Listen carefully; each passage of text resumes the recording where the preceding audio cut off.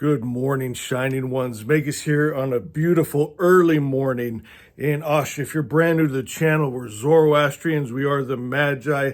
What did you think of that thumbnail? Yesterday, I had Venus out my front porch view. That was a beautiful shot of the moon over the lake and that beautiful light, and it goes perfect with today's message. This morning I woke up in that place between awake and asleep, and I received a message. It's a message to the Ashavans. I know this will stir you, Magi, but this is also a message to that lost sailor. It's called the Flame Keeper's Map. The sea stretched endless before them. A vast mirror of shifting blues and grays, restless as the hearts of those who sailed it.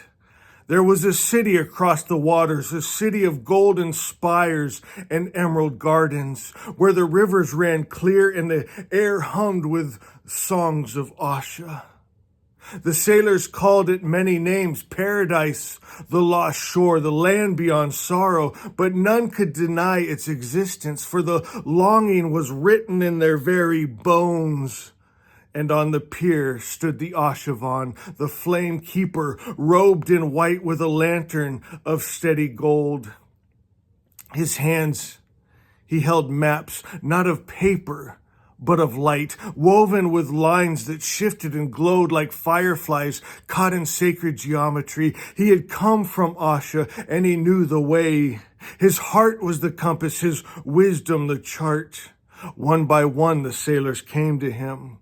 "I seek the golden shore," said the first, his eyes stormy with longing. The Ashavan smiled and unfurled the map.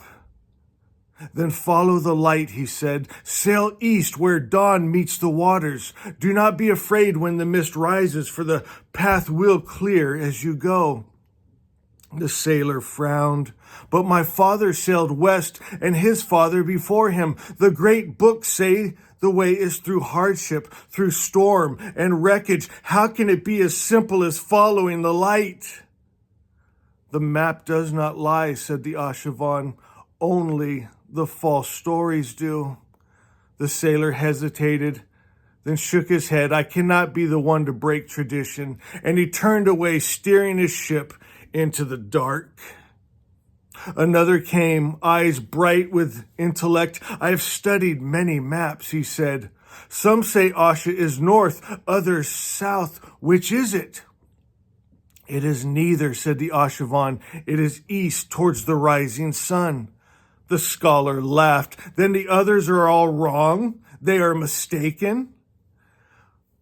"But they were written by great minds." "Yet the truth is simple," the Ashavan said gently. "It is not the mind alone that finds the way, but the heart that knows." The scholar scoffed. "I trust reason, not feeling," and he too sailed away lost before he began. A third approached. Weary and trembling. "I have sailed so long," she whispered. "I have followed 100 guides, each leading me into darkness. Why should I trust you?" The Ashavan held out a map. "Because the light is already in you," he said. "You have known it since the beginning. Follow, and you will remember." She looked at the glowing lines, and then at the Ashavan's steady gaze, and something within her stirred an echo, a call, a forgotten dream. And so with hands that still trembled, but a heart that steadied, she set her sail toward the light.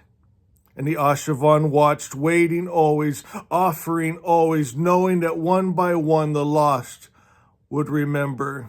For the flame never forced, but it never ceased to burn. My beautiful Ashavans, shine your light. Guide people to Asha. And if maybe you're listening to this and you're not a Zoroastrian, you're not a Magi, you're not an Ashavan, but you want to go home, you want to go to that paradise, you want to go to that heaven, you're not going to find it through stories that aren't good, through gods that aren't good.